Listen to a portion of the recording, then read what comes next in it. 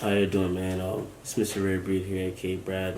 I'm a entrepreneur slash designer from Boston, and I'm here to answer some questions about being an entrepreneur, starting a business, and the ups and downs of the whole process and stuff.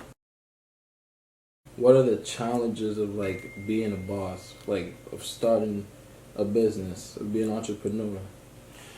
Um, I would say the challenges at the beginning is having confidence and believing what you want to pursue and what you want to push out there.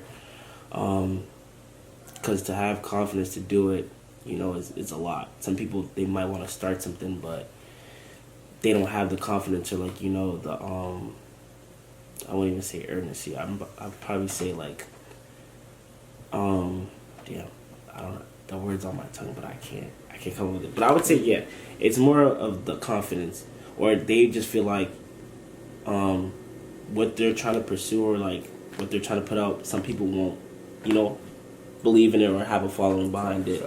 So I would say the beginning challenges is believing in yourself, and just believing in what you're trying to pursue, and that people, no matter what, would get behind you. Like, it don't got to be that many people at the beginning, but as long as you believe in what you're pursuing and what you're doing.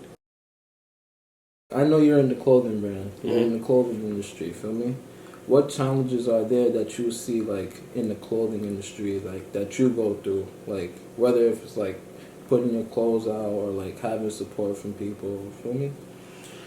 I would say the challenges in the clothing industry is, I would say, probably trying to stay in your own lane and be unique. Because there's like Adidas, Nike, there's the designer, there's the high end fashion, and there's just like the everyday wear. So I feel like starting, some of the challenges would be like not trying to mimic or copy anybody. You're trying to be yourself. So yeah, just trying to just have that unique feel off rip. Like when they look at your stuff, they're like, okay, that's them. It's not like, it doesn't look like Nike. It doesn't look like Adidas. It doesn't look like Puma. It looks like your clothing, your brand. So just having that unique style and feel where they look at your stuff and they know that's you. It's nobody else. You're not trying to copy nobody else. It's your stuff. That brings me on to like the next question. Since you talking about like style and like your own ideas and stuff like that, feel me? What are like steps in like starting a clothing brand, a business? So I would say the biggest step is probably to figure out the name and the logo too.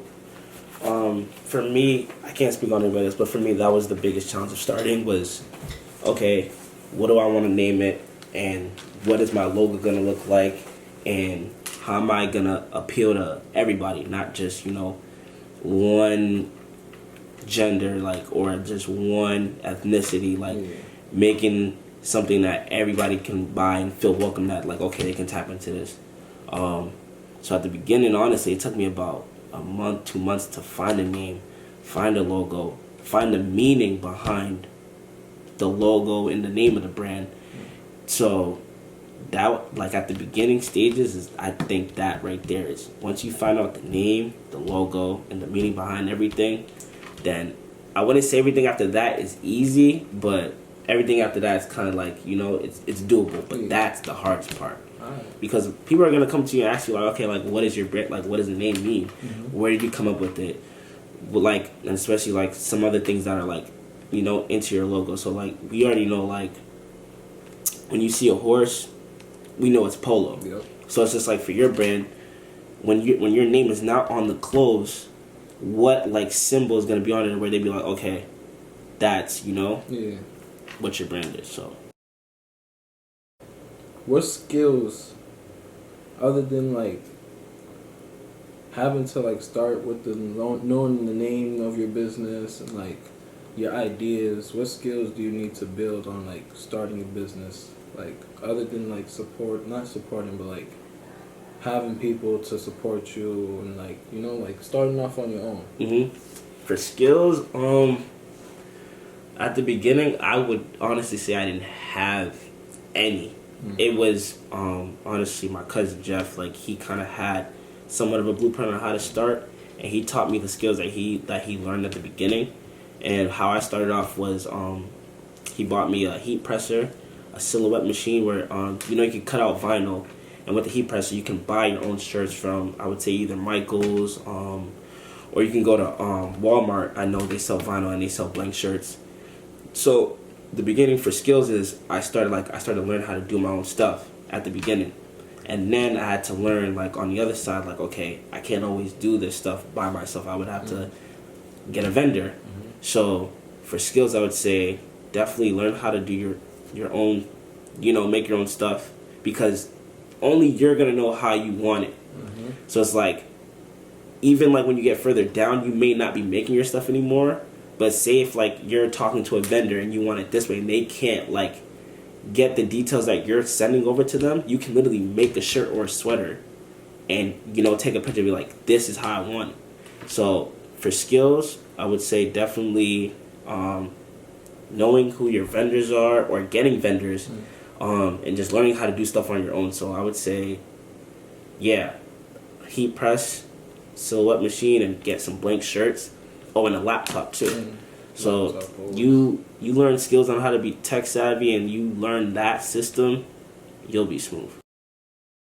There's a lot of things. Yeah, it's a lot. Like I would definitely say, like, it's something I was saying that I wanted to start for 2 years, and then like when I really got into it, I was like, I didn't know it was gonna be this much. Yeah. So like, how did you like narrow your focus down to like the clothing brand? Because Rare Breed sounds fire, but you could do mad. Yeah, a lot of stuff with it. Yeah. So the way I narrowed it down, honestly, like I said before, like it was like honestly a 2-month process. I was just like every day I was writing down like different names of different things, and I feel like probably halfway through this process, like I got the breed part. I didn't have the rare part yet, so I'm just like, what is another word or saying that would go good with breed? So when I came across the rare and I put it together, it sounded good. So I would say a lot of brainstorming, writing things down, and if you really want to do it, like, it's got to be every day. You're just thinking of different stuff and thinking of how can I spin this in my own way. To be honest. What are some like downfalls of being like an entrepreneur? Some like not really regrets, but like like things you want to do different from like the past. Downfalls, I'd probably say funding is one of them. To be able to be an entrepreneur, you need money. You really do. So it's like not having certain resources or money to start certain things, like, it's a downfall, but I wouldn't say like it's a negative